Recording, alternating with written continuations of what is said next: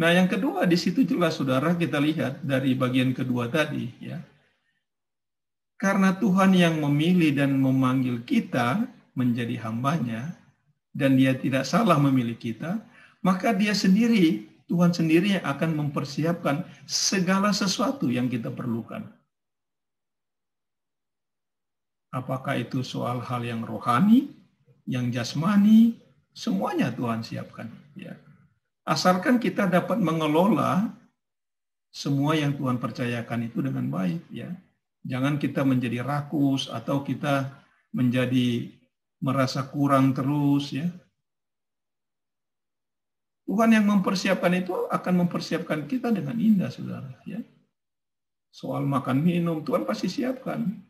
Ya, kalau makan minum kita biasa di rumah dulu dengan orang tua, makannya daging ya. Memang kalau masuk asrama dia menjerit kan, seperti teraniaya jadinya kan gitu. Iya, karena biasa makan daging ya di asrama kita ketemunya tempe, tahu, pakai kuah lagi kan. Gitu. Ya kita merasa ini penderitaan terberat. Sebenarnya bukan penderitaan berat itu ya.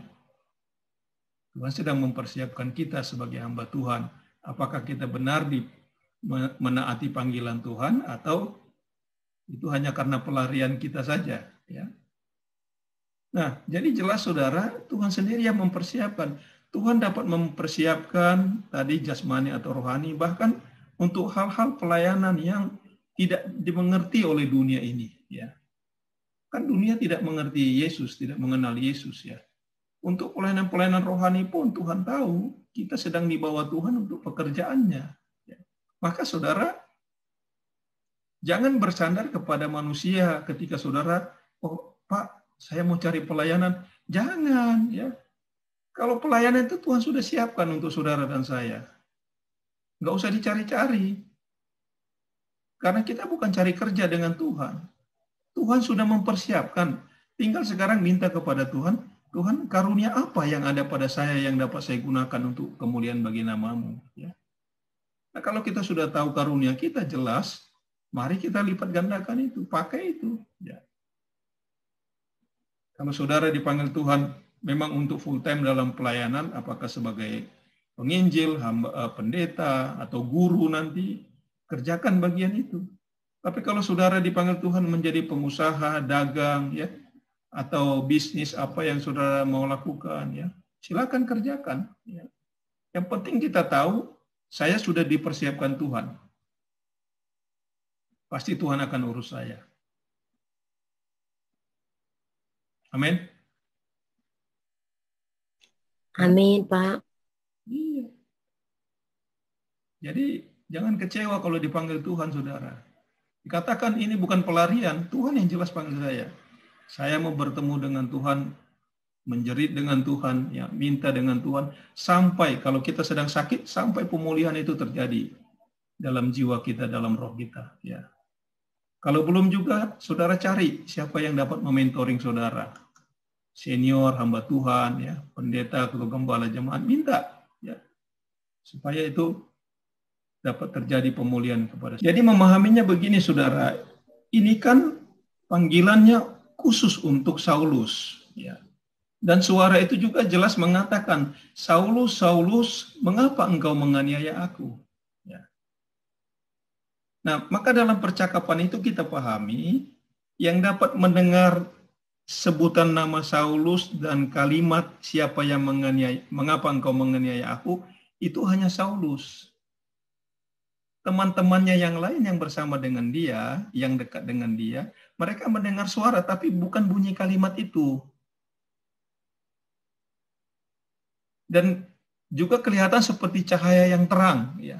Hanya begitu dapat dijelaskan oleh mereka yang bersama-sama dengan Saulus. Maka baik di pasal 9 maupun juga di pasal 22 itu tidak ada perbedaan, ya.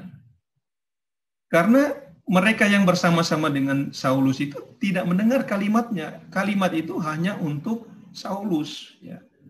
Kan kalau misalnya teman-temannya itu mendengar dipanggil nama Saulus, pasti mereka berkomentar, Saulus, kamu yang dipanggil, kami tidak. Kan bisa begitu percakapannya. Nah, karena ini percakapan pribadi, ya sangat pribadi, hanya kepada Saulus saja. Itu sebabnya tadi saya katakan, ini perjumpaan pribadi Saulus dengan Yesus. Jadi teman-temannya yang bersama dia tidak mengalami perjumpaan pribadi dengan Yesus, hanya Saulus saja. Mereka mendengar suara, entah suara apa itu, ya, tapi bukan kalimat yang diucapkan untuk Saulus itu yang mereka dengar jelas. Gitu. Jadi tidak ada perbedaan pasal 9 dengan pasal 22 itu. Ya. Boleh paham nggak kira-kira? Nah, yang terakhir saudara, saya mau sampaikan tadi berkenaan bahwa Tuhan tidak salah memilih kita. Memilih kita menjadi hamba Tuhan. Ya. Dan ketika Tuhan memilih kita, dia pasti mempersiapkan segala sesuatu yang kita perlukan untuk melayani dia. Ya. Nah, saya ingin tutup dengan sebuah ilustrasi begini, saudara. Saudara, saya tidak tahu apakah saudara pernah lihat seorang pembantu rumah tangga atau di rumah saudara ada pembantu rumah tangga, ya. Coba saudara perhatikan, bila seorang pembantu rumah tangga, asistenkah atau apa saja namanya, ya, dia ada di dalam sebuah rumah membantu keluarga itu. Perhatikan coba saudara, kalau misalnya tuan rumah, si bapak, minta kepada si pembantu rumah tangga ini, katakan,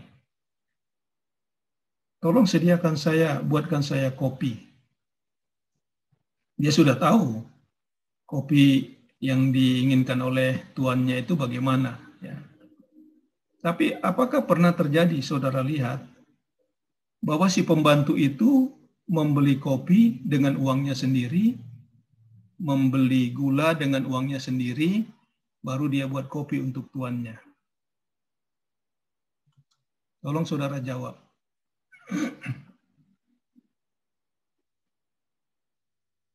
Tidak, Pak. Siapa yang pernah melihat ada pembantu membeli kopi dengan uangnya sendiri untuk buat kopi kepada tuannya? Tidak pernah, Pak. Tidak pernah saya lihat, Pak. Tidak ada, Pak. Ya. Kalau saudara dan saya sepakat jawabannya tidak ada, sebenarnya itu sudah mengajarkan kepada kita satu kebenaran, bahwa kalau kita menjadi hamba Tuhan, serahkan diri sungguh-sungguh untuk Tuhan, melayani Tuhan dengan benar, maka apa saja yang disuruh oleh Tuhan kita kerjakan, Tuhan pasti sudah sediakan. Kalau Tuhan minta kita, dalam tanda petik, contoh ilustrasi tadi ya, Tuhan minta kita buat kopi, pasti Tuhan sudah siapkan di situ kopi dan gulanya. Kita tidak disuruh lagi beli kopi dan gula. Maka kalau dikatakan oleh Tuhan Yesus, beritakanlah Injil sampai ke ujung-ujung bumi, ke ujung bumi manapun saudara dan saya pergi memberitakan Injil, Tuhan sudah sediakan di situ. Kalau kita percaya Tuhan sudah sediakan. Karena Tuhan tidak akan membuat kita menjadi berat, ya, justru meringankan kita. Dia pasti menyediakan segala sesuatu untuk kita. Masalahnya adalah, percayakah kita bahwa Tuhan kita itu, Tuhan kita sudah menyediakannya? Seringkali yang terjadi kan kita jadi hamba, jadi pembantunya Tuhan, ya, kalau dianggap pembantu, kita ragu-ragu, ya, benar nggak sih udah ada gula atau kopinya nih, gitu, kira-kira. Atau kita merasa, kopi yang disiapkan Tuhan ini nggak cukup, gitu. Kita beli lagi kopi sendiri, kita beli lagi gula sendiri. Ya kan? Karena kita merasa lebih pintar menyediakannya, gitu. Maka ketika kita hidangkan kopi dengan gula yang kita beli itu, Tuhan itu pun marah, ya. Karena dia tahu rasa kopi yang dia beli, kan. Ini saya cerita kopi karena saya tahu kopi sedikit, gitu, penikmat, jadi pakai ilustrasinya itu, gitu. saya akan tahu, oh ini bukan kopi yang saya beli gitu. Nah, mari saudara, siapkan hati kita untuk lebih terbuka supaya Roh Kudus bekerja dalam diri saudara. Dari masa muda ini, saudara ya. Dari masa muda saudara, berikan hati saudara untuk Tuhan ya. Tuhan, apa karunia yang saya mau lipat gandakan, saya gunakan untuk pekerjaanmu ini ya. Saya mau beritakan Injil untuk Tuhan. Ada jiwa-jiwa yang harus saya layani. Apakah dia perlu dikonseling, mengalami penyembuhan, ya, perlu di-mentoring, ya. Saya mau itu untuk Tuhan semua. Ya. Mari kita bawa, saudara. Lihat saja Anania, saudara. Yang Tuhan pakai itu adalah hamba Tuhan yang sederhana. Ya. Sederhana, tidak usah ribet hidup ini, saudara. Jadi hamba Tuhan tidak perlu ribet kok.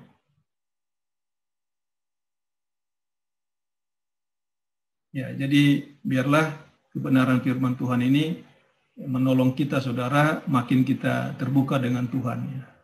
Tuhan yang memanggil kita tidak salah memilih, dia juga yang akan mempersiapkan saudara dan saya untuk terus memberitakan Injil. Jiwa-jiwa harus banyak dibawa untuk Tuhan Yesus. Ini ladang menguning. Tuhan Yesus katakan kan ladang menguning ya.